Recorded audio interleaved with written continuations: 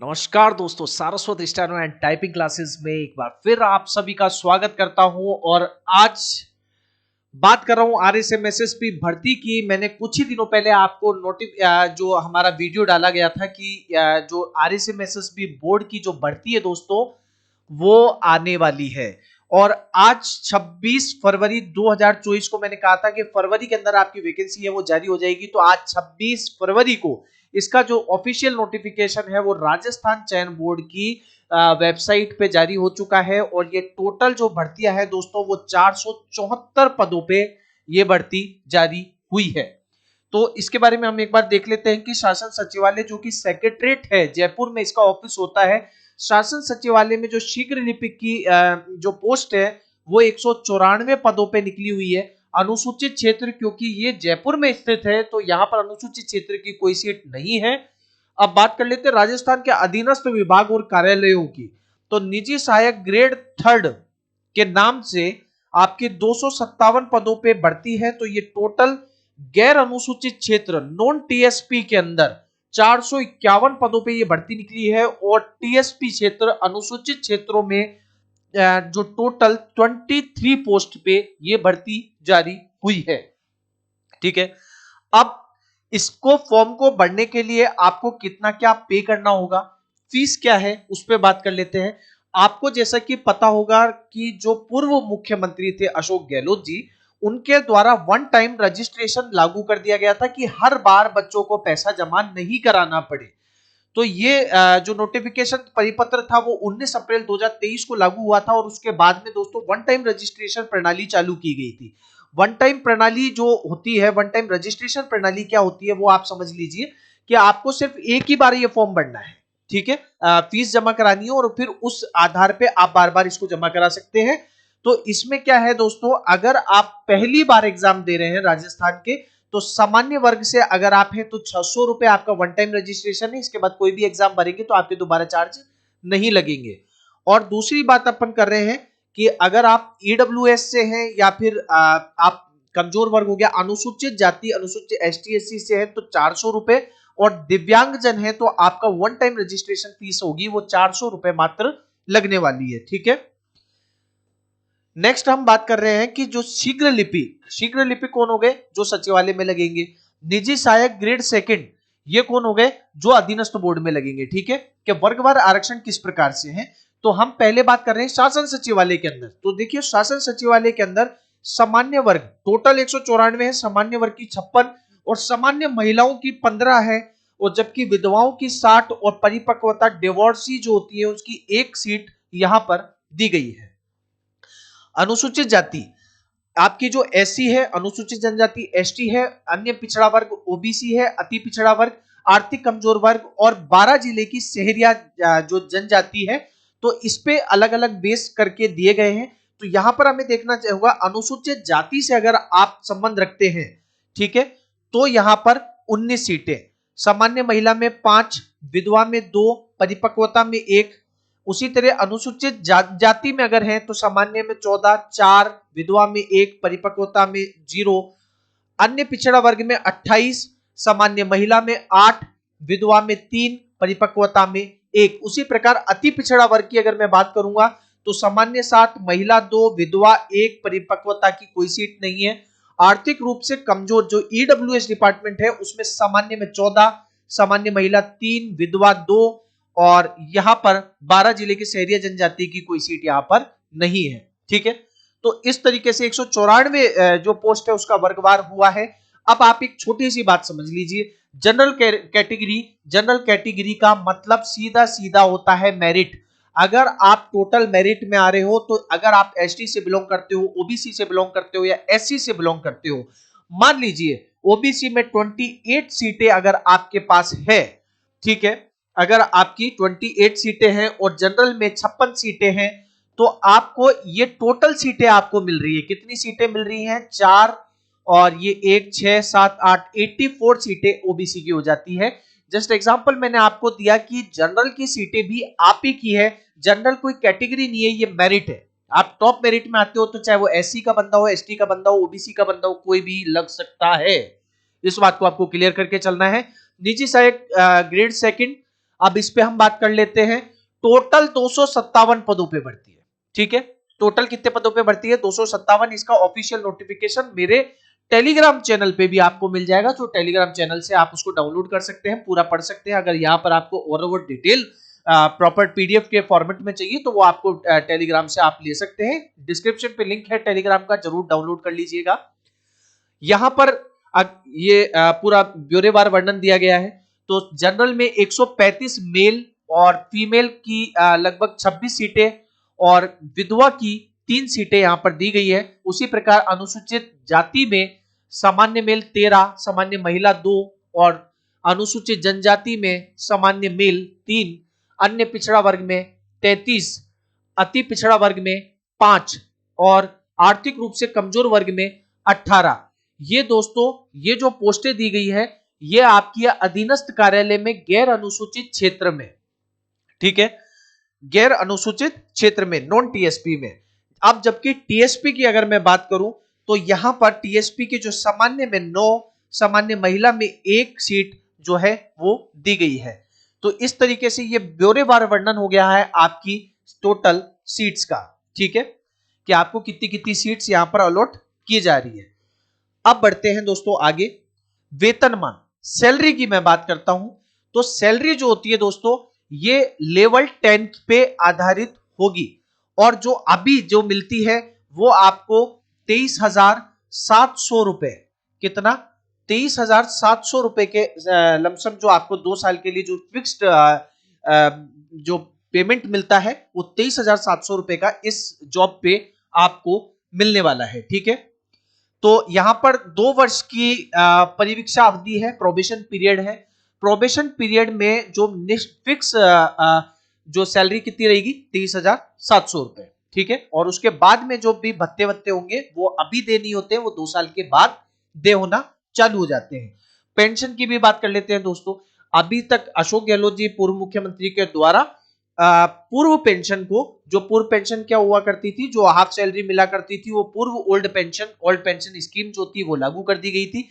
लेकिन अब जो वर्तमान मुख्यमंत्री है भजन लाल जी, उनके द्वारा जो भी अब लागू की जाएगी, क्योंकि अभी इस पे संशय बना हुआ है कि न्यू पेंशन स्कीम या ओल्ड पेंशन स्कीम, तो यहां पर साफ दिया गया है नए नियुक्त होने वाले कर्मचारियों के लिए नियमानुसार राज्य सरकार द्वारा पेंशन योजना लागू होगी।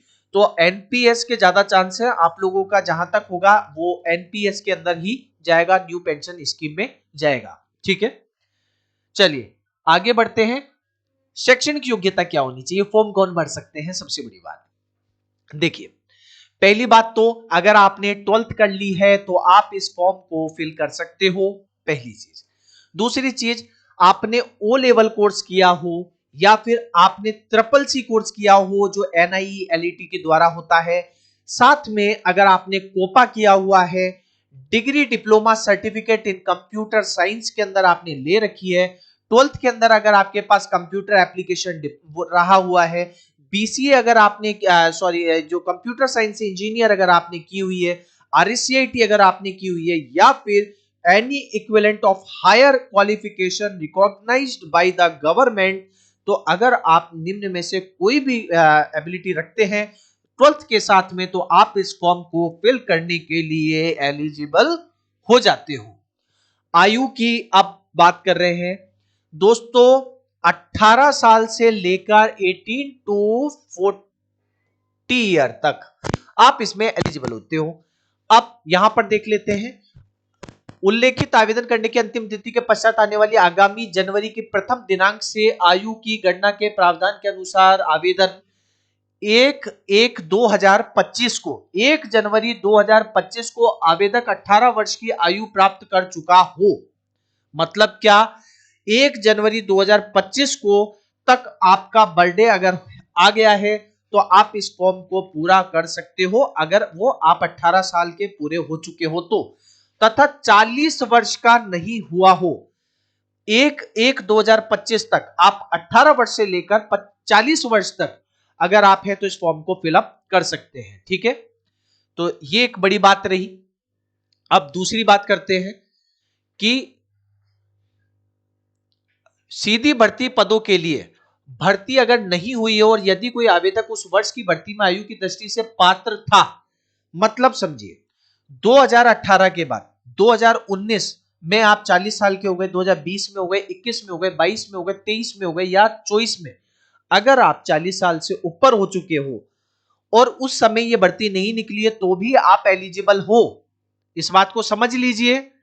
अगर आप उस दौरान आपकी उम्र मान लीजिए 43 साल है या 44 साल है और क्योंकि पिछले 6 साल भर्ती नहीं निकली है तो भी आप इस फॉर्म के लिए एलिजिबल हो। ठीक है, आगे बढ़ते हैं। आयु में जो छूट मिलेगी वो किस तरीके से है, तो ध्यान रखिएगा जो यहां पर छूट दी गई है वो अगर बोर्ड की भर्ती नहीं हुई हो तो यहां तो एक तो 3 वर्ष तक, मतलब 43 साल तक, अगर आपकी उम्र 43 साल हो गई है और इस बीच में क्योंकि भर्ती नहीं आई है तो एक शॉर्ट में समझ लीजिए 43 साल तक के सब कैंडिडेट इसको फॉर्म को फिल करने के लिए एलिजिबल है। ठीक है, अब देखो छूट किस किस को मिलेगी। अनुसूचित जाति से, अनुसूचित जनजाति से, अन्य पिछड़ा वर्ग, अति पिछड़ा वर्ग या आर्थिक रूप से कमजोर वर्ग के पुरुष अभ्यर्थी अगर है, ठीक है, जो राजस्थान के निवासी हैं, 5 साल की छूट आपको सीधे सीधे मिल गई। मतलब ये कि 45 साल की छूट आपको यहां पर 45 साल तक आप फॉर्म भर पाएंगे। दूसरी चीज, अगर आप महिला हैं तो आप 45 साल तक फॉर्म भर सकते हैं और अगर आप अनुसूचित एसटी, एससी, ओबीसी या आर्थिक रूप की ईडब्ल्यूएस से महिला हैं तो आप 50 साल तक की उम्र तक फॉर्म फिल कर सकते हैं। ठीक है, तो ये कुछ छूट है। पंजीयन शुल्क जमा कराने और ऑनलाइन आवेदन करने की जो डेट है वो देखिए 29 फरवरी से, 29 फरवरी मतलब परसों से 29 मार्च को रात को 11:59 तक जो है वो लागू रहेगी। परीक्षा का आयोजन की बात करें तो दोस्तों ये जो एग्जाम होने वाला है ये ऑफलाइन पे होगा, ओएमआर शीट पे होगा, कंप्यूटर बेस्ड ऑनलाइन एग्जाम नहीं है, ऑफलाइन एग्जाम है। परीक्षा के संबंध में अब जो एग्जाम की डेट है दोस्तों, सॉरी, जो एग्जाम की डेट है वो कभी भी जारी हो सकती है। तो आपको मैं मोस्ट प्रोबेबल ये इसका यहाँ पे बताया गया कि बोर्ड के द्वारा आपको जानकारी दे दी जाएगी, लेकिन मैं आपको बता देता हूं मोस्ट प्रोबेबल फुली संभावना जो है वो आपको ये एग्जाम देखने को मिलेगा अक्टूबर 2024 के अंदर। अभी तक की जो फुली संभावना है वो अक्टूबर 2024 की है दोस्तों। अक्टूबर 2024 के अंदर आपको ये एग्जाम कंडक्ट कराया जाएगा। चलिए अब बात करते हैं परीक्षा की स्कीम के पेपर में क्या क्या आने वाला है। कुछ चेंजेस भी तो हुए हैं इस बार, तो इस बार चेंजेस क्या क्या हुए हैं वो देख लो। सामान्य ज्ञान को ही दैनिक विज्ञान के साथ जोड़ दिया गया है। मतलब क्या, करंट जोड़ दी, भारत की भूगोल जोड़ दी और ये सब चीजें आप किसके साथ में, जनरल साइंस के साथ जोड़ दी गई है। राजस्थान का जो सामान्य ज्ञान है उसको अब अलग कर दिया गया है। स्कीम के तहत 75 क्वेश्चन इसमें आएंगे, 75 क्वेश्चन ही इसमें आएंगे और जो वेटेज है अंकों का वो 50-50 टोटल 100 नंबर का वेटेज है। ये मैंने अपने पिछले वीडियो में भी आपको बता दिया था। 3 घंटे का आपका पेपर है, ये सेम डे पेपर होगा। इसके बीच में आपको 2 घंटे का जैसे गैप दिया जाएगा और उसके बाद में फिर आपका पेपर दूसरा लगेगा। ठीक है, तो दूसरे पेपर में आपके सामान्य हिंदी और सामान्य अंग्रेजी, मतलब 75 के हिंदी के क्वेश्चन होंगे और 75 ही आपके इंग्लिश के, अंग्रेजी और हिंदी दोनों के 75-75 क्वेश्चन होंगे, 150 क्वेश्चन होंगे। 3 घंटे का पेपर होगा और वेटेज 100 नंबर का होगा। ठीक है, तो ये एक बात रही। अब जो पहले पेपर में पास होगा, पहले पेपर में पास होने का मैंने आपको पहले भी बताया है 40% मिनिमम लाने हैं और टोटल 15 गुना इसमें लिए जाएंगे। मतलब ये कि 15 गुना अभ्यर्थियों को लिया जाएगा। 474 अगर पोस्टें हैं तो उसको 15 से मल्टीप्लाई कर लीजिएगा और इतनी पोस्टों पे आपकी जो वैकेंसी है उसमें स्टूडेंट्स को जो है वो पास किया जाना इसमें तय है। ठीक है, अब आगे देखिए, 15 गुना बच्चे तो लिए जाएंगे यहां पर और ये कट ऑफ बनेगी। क्या बनेगी? कट ऑफ बनेगी। जरूरी नहीं 40% वालों को नहीं, 15 गुना के अंदर अगर आप वो कट ऑफ कितनी भी जा सकती है। ठीक है, अब आ जाते हैं जो सेकंड पेपर होगा। सेकंड पेपर में जो स्टेनोग्राफी होती है, शॉर्ट हैंड होती है। ठीक है, शॉर्ट हैंड के बारे में मैंने वीडियो डाल रखा है, आप डिस्क्रिप्शन पे जरूर लिंक पे डिस्क्रिप्शन पे मैंने लिंक दिया हुआ है बेटा, आप वहां पर देखेंगे तो वहां पर मैंने पूरा एक कंप्लीट वीडियो बनाया हुआ है कि स्टेनोग्राफी का एग्जाम कैसे होता है, कैसे लेते हैं। आप पहले तो उसके बारे में समझिएगा, क्योंकि कभी भी हम कोई चीज को लेना चाह रहे हैं तो हमें पता तो हो। शादी करने जा रहे हैं, लड़की के बारे में पता तो करो कि भाई लड़की करती क्या है। तो यहां पर भी सेम चीज है। आप अगर कोई चीज को अगर अपन जॉब है, करियर है, अगर उसको पता करना चाहते हैं तो पहले ये देखिए स्टेनोग्राफर का काम क्या है, होती क्या है, लिखा कैसे जाता है। फॉर्म तो भर लेना, लेकिन पहले उसके बारे में नॉलेज लीजिए। और नॉलेज के लिए मैंने डिस्क्रिप्शन पे लिंक दिया हुआ है, बिल्कुल आप वहां से वीडियो देखिए। ठीक है, अब देखिए यहां पर 100 वर्ड पर मिनट इंग्लिश की डिक्टेशन होगी 10 मिनट, और उसको ट्रांसक्राइब करने के लिए समय दिया जाएगा 60 मिनट। डिटेल के लिए डिस्क्रिप्शन पे वीडियो जरूर देखिएगा, आप समझ जाएंगे कि ये क्या चीज है। हिंदी स्टेनो के लिए 100 वर्ड पर मिनट 10 मिनट की डिक्टेशन होगी और 70 मिनट ट्रांसक्रिप्शन के लिए दिए जाएंगे। तो इस प्रकार से चाहे इंग्लिश स्टेनो आप चूज करें या हिंदी स्टेनो आप चूज करें, आपका जो मार्क्स है वो 100 नंबर के होंगे। ठीक है, तो 200 नंबर का तो आपका प्री पेपर होगा और फिर 100 नंबर का आपका स्टेनो का पेपर होगा, और टोटल 300 नंबर में से आपकी फाइनल सिलेक्शन होगी। और एक चीज बच्चों में बहुत ज्यादा दिमाग में रहती है कि सर ये हिंदी की पोस्टें या इंग्लिश की पोस्टें हैं। भाई क्लियर समझ लो, चाहो तो इसके अंदर ये 474 जितनी भी पोस्टें निकली है ना दोस्तों, चाहो तो सारे के सारे आप हिंदी वाले लग जाओ और चाहो तो सारे के सारे आप इंग्लिश वाले लग जाओ। मतलब क्या है, आपको 300 में से मेरिट लेकर आनी है, 300 में से मेरिट लेकर आनी है। अब चाहो तो आप हिंदी वाले हो या इंग्लिश वाले हो, गवर्नमेंट को कोई फर्क नहीं पड़ रहा है। ये भर्ती हिंदी या इंग्लिश की नहीं है, ये स्टेनोग्राफर की भर्ती है। तो आपको अपनी पढ़ाई में और इन चीजों में ज्यादा दिमाग लगाना है। अगर आपके नंबर अच्छे आ गए तो आप सीधी सीधी बात है, आप इसको क्लियर कर जाओगे। ठीक है, तो यहां पे एक बात रही। अब आगे बढ़ते हैं। ये चीज मैंने आपको बता दी है कि 15 गुना इसमें पास किए जाएंगे, वही चीज यहाँ पर दी गई है। 40% मिनिमम लाना है, 40% से नीचे अगर चाहे आप 15 गुना हो ही नहीं, 12 गुना ही कर दे हो आप, इसका मतलब समझो कि 40% वाले स्टूडेंट तो चाहिए ही चाहिए। मिनिमम एलिजिबिलिटी है कि 40% दोनों पेपर में आपकी होनी चाहिए। ठीक है, अब आ जाओ 15 गुना के अंदर नाम आ गया, 40% से आप ऊपर हो तो आप सेकंड चरण दोगे जिसको कहते हैं स्टेनोग्राफी। और जैसा कि मैंने आपको पहले भी बताया था कि जो अमेंडमेंट हुए हैं अब उसके आधार पे क्या होगा कि 100 WPM की डिक्टेशन जब आप देंगे तो उसमें मिनिमम 80% एक्यूरेसी निकालना कंपलसरी होगा फॉर जनरल कैटेगरी कैंडिडेट्स। क्या? For general category candidates. और ओबीसी के लिए भी, ईडब्ल्यूएस के लिए भी 80% से नीचे आपको कर दिया जाएगा फेल। यह बहुत बड़ी बात होगी। क्यों बड़ी बात हो गई? क्योंकि पहले स्टेनोग्राफर नहीं मिलते थे, पहले आरएस की तैयारी करने वाले, अदर कोई एग्जाम की तैयारी करने वाले इस एग्जाम को क्रैक करते थे, नंबर अच्छे लाते थे, 30% का कुछ स्टेनो थोड़ी बहुत सीखी और वो सिलेक्शन ले लेते थे। इस बार का मेन मोटिव है, इस एग्जाम को निकालने का मेन मोटिव है कि जो स्टेनोग्राफर होगा, रियल स्टेनोग्राफर होगा, ये एग्जाम सिर्फ वही क्रैक कर पाएगा और कोई भी नहीं कर पाएगा। तो इसीलिए इंपॉर्टेंट बात सुन लो, अभी से जिनको स्टेनोग्राफी इस भर्ती को क्रैक करना है, अभी से आपको स्टेनो को सीखना पड़ेगा, तभी आप इस चीज को क्रैक कर पाएंगे। ठीक है, तो मैंने आपको बता दिया एसएससी से भी हार्ड हो गई है एक तरह से ये पेपर। एसएससी स्टेनोग्राफर की जो वैकेंसी निकलती है उसमें ग्रेड डी 80 वर्ड पर मिनट, जिसमें भी आपको 10% 5 से लेकर 10% का रिलैक्सेशन मिलता है। मतलब आपको 70 से लेकर 75% लानी पड़ती है एक तरह से, जो 70 से 75 वर्ड पर मिनट, तब सिलेक्शन हो जाता है। तो इस बार ये बहुत हार्ड पैटर्न हो चुका है, सेंट्रल से भी हार्ड हो चुका है। जिसको स्टेनो आएगी सिलेक्शन सिर्फ उसी का होगा, इस बात को आप क्लियर समझ लीजिए। तो ये एक बहुत बड़ी बात है। हाँ, अगर आप एसटी एससी से कैंडिडेट हैं तो आपको 80% पे नहीं 75% से नीचे जाने पर फेल कर दिया जाएगा। और अगर आप ओबीसी या जनरल और ईडब्ल्यूएस कैटेगरी से हैं तो आपको 80% मिनिमम लाना अनिवार्य है। तो ये एक बहुत बड़ी बात है। इसके बाद अपन बात करते हैं,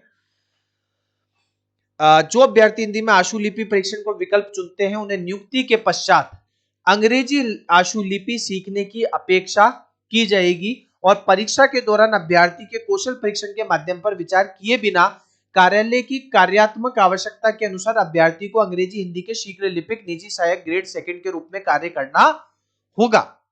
बात समझिए, ये एसएससी में भी रूल होता है कि अगर आप हिंदी से हैं या इंग्लिश से हैं तो लगने के बाद वाइस वर्सा पे मतलब दोनों पे स्टेनो आपको आनी चाहिए।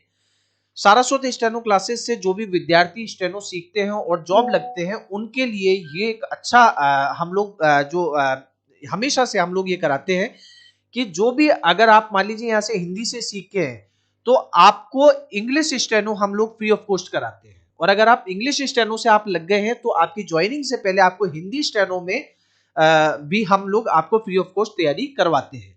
इसके पीछे के रीजन के लिए मैं वीडियो जरूर लेकर आऊंगा, मैं आपको बताऊंगा वाइस वर्सा सीखने के बेनिफिट्स क्या है। ये तो अब शर्त रख दी गई है, लेकिन ये शर्त भी बहुत कमाल की होती है जिसको हिंदी और इंग्लिश दोनों आते हैं। तो मैं इसका आपको कई एग्जांपल्स के साथ एक वीडियो लेकर आऊंगा जल्दी, ठीक है। तो ये भी एक शर्त हो गई है, इसके बारे में भी हमने चर्चा कर ली है। आगे बढ़ते हैं। अब दोस्तों ये जो टिपन टिपाई बहुत चल रही है, तो भजन लाल सरकार इस बार बहुत टाइट है, हालांकि रूल्स पहले से लागू हो चुके हैं। तो इस बार ये तो एक अच्छी चीज होने वाली है, हम अपेक्षा कर सकते हैं कि इस बार टिपाई जो है वो कम होगी। तो यहां पर आप देखिए कुछ रूल्स भी चेंज हुए हैं, और वो रूल्स क्या चेंज हुए हैं। 5 विकल्प आएंगे अब, A B C D E. क्या विकल्प आने वाले हैं? 5 विकल्प आने वाले हैं। अब ध्यान दीजिए, ई विकल्प जो होगा वो होगा गोला काला गहरा करना होगा। यदि पांचों विकल्प में से किसी को भी गहरा नहीं किया जाता है तो ऐसे प्रत्येक प्रश्न के 1/3 अंक घटाए जाएंगे। मतलब ये आपने मान लीजिए कोई भी,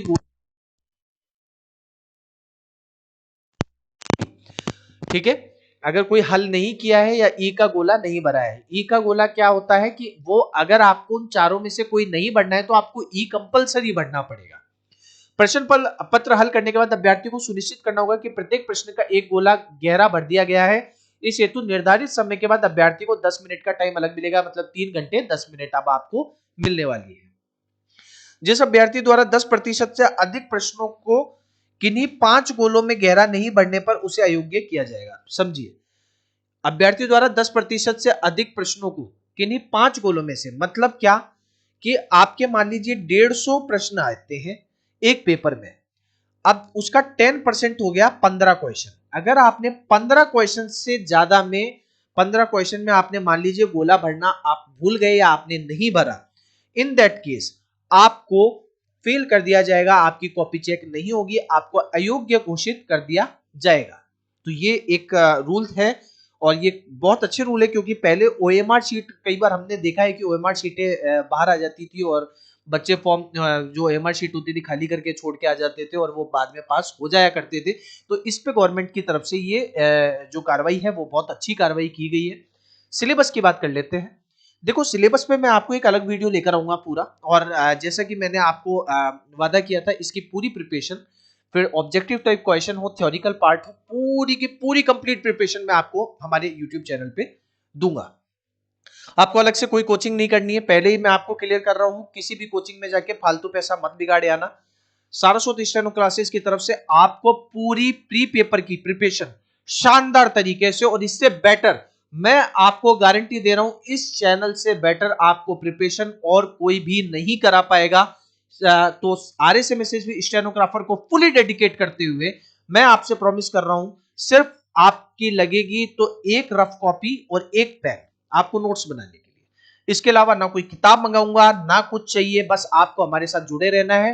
टाइम से तैयारी करा दूंगा, एग्जाम से 2 महीने पहले तैयार कर दूंगा, उसके बाद बस मॉक टेस्ट निकालेंगे, जितना जबरदस्त तरीके से तैयारी कराऊंगा, 90 प्लस छोड़ के रहूंगा। 90% प्लस की गारंटी दे रहा हूं जो मेरे अनुसार पड़ेगा इस बार। चलिए, तो यहां पर इसके बारे में मैं डिटेल से चर्चा करूंगा। मोटी मोटी बात कर लेते हैं, करंट और भारत का भूगोल और जनरल साइंस को इसमें इस बार ऐड कर दी गई है।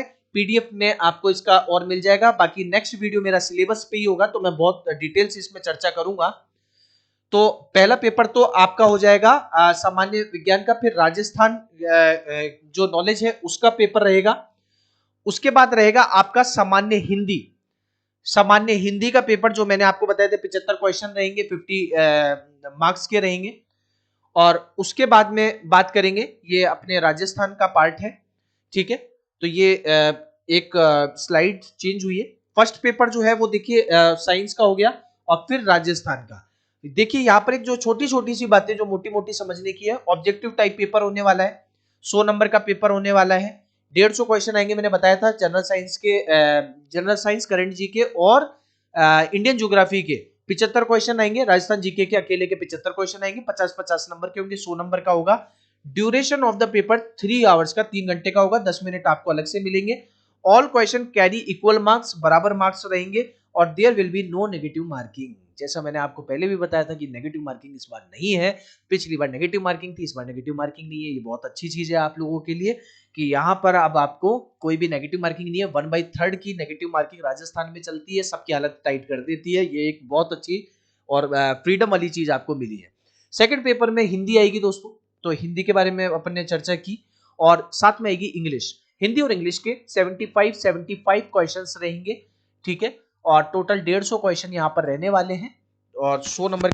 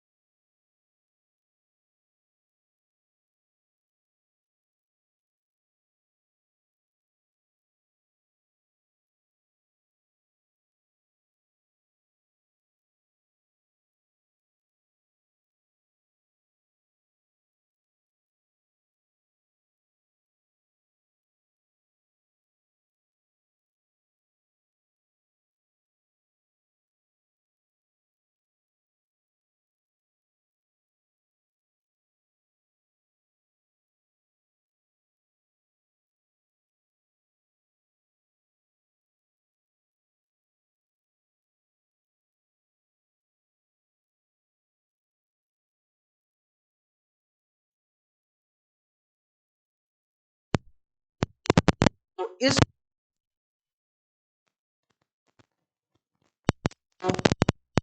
2024 में करनी है आपको मेहनत, फल मिलेगा 2025 में।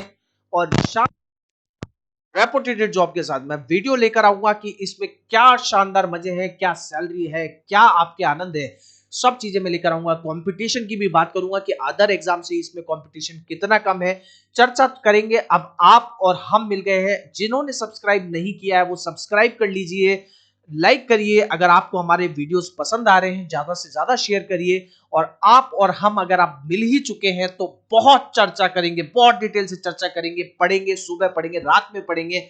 और आपको सिलेक्शन निकालने की पूरी जिम्मेदारी लेता है Saraswati steno classes. Thank you so much.